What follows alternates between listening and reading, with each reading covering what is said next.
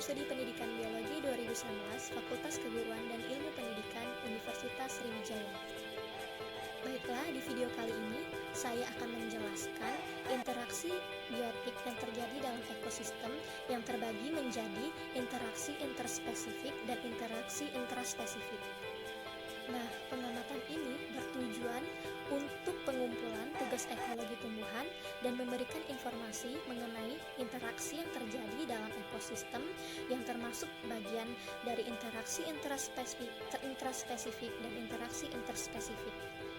Manfaat dari pengamatan ini ialah memberikan informasi dan wawasan kepada kita semua tentang mana yang termasuk interaksi intraspesifik dan mana yang termasuk interaksi interspesifik dalam interaksi biotik dalam ekosistem. Nah, yang kedua manfaatnya itu ialah memberikan gambaran nyata, contoh nyata dalam kehidupan sehari-hari di lingkungan sekitar. Berikut penjelasannya.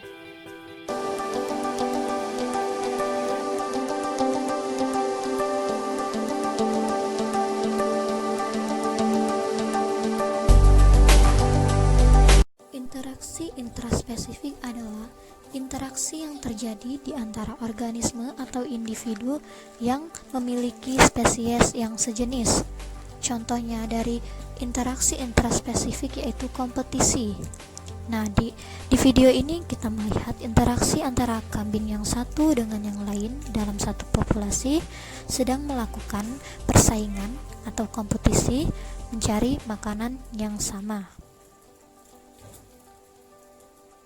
Contoh yang kedua dari interaksi intraspesifik di sini yaitu kompetisi antara tanaman serai yang satu dengan tanaman serai lainnya tumbuh berdampingan dan bersaing untuk mendapatkan sumber makanan yang sama dan media tumbuh.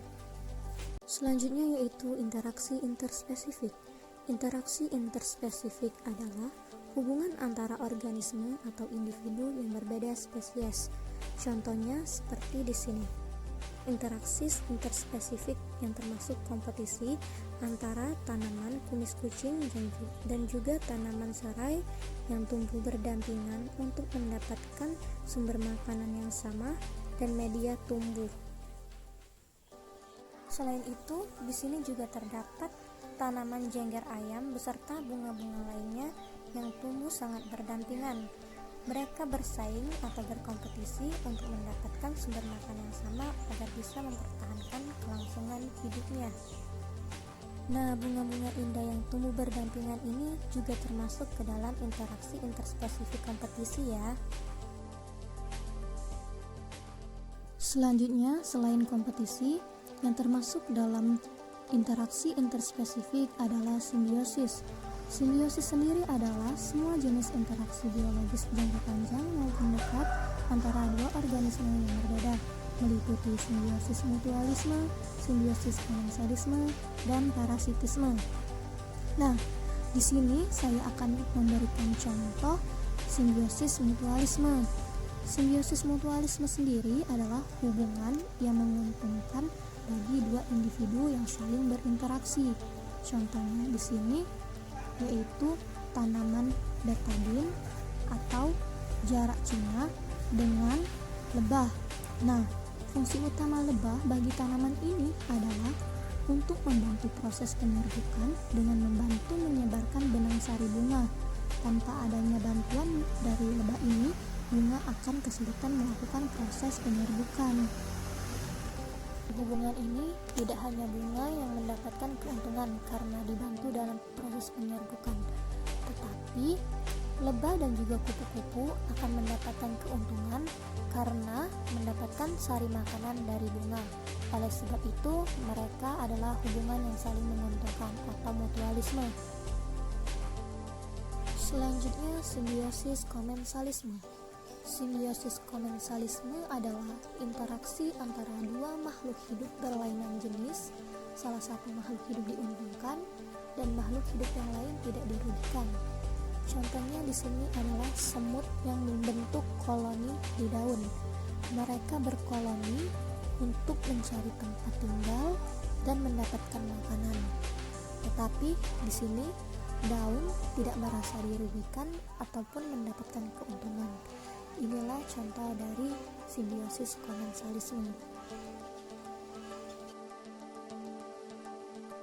Lalu ada simbiosis parasitisme. Simbiosis parasitisme adalah ketergantungan yang terjadi ketika pihak yang satu mendapatkan keuntungan namun merugikan pihak lainnya. Contoh dari interaksi parasitisme ini adalah hubungan nyamuk dan manusia, di mana nyamuk akan menggigit dan menghisap darah manusia. Jenis nyamuk tertentu bahkan bisa menyebarkan penyakit mematikan seperti demam berdarah atau malaria.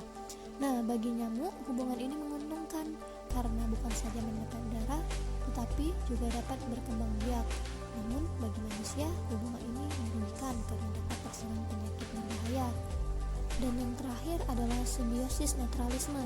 Simbiosis netralisme adalah simbiosis yang terjadi antara dua makhluk hidup, di mana kedua makhluk hidup tersebut tidak dirugikan ataupun diuntungkan. Keduanya netral. Nah, ini adalah salah satu contoh dari simbiosis netralisme, di mana interaksi yang terjadi antara kacang panjang dan juga semut. Di sini, semut memiliki peran sebagai serangga netral, yakni bukan sebagai hama maupun musuh alami, sehingga kedua belah pihak tidak ada yang diuntungkan ataupun dirugikan. Nah, itulah beberapa hasil penelitian saya mengenai beberapa contoh interaksi biotik yang terjadi dalam ekosistem, yang termasuk dalam interaksi intraspesifik dan interaksi interspesifik. Mohon maaf jika ada kesalahan. Terima kasih. Assalamualaikum warahmatullahi wabarakatuh.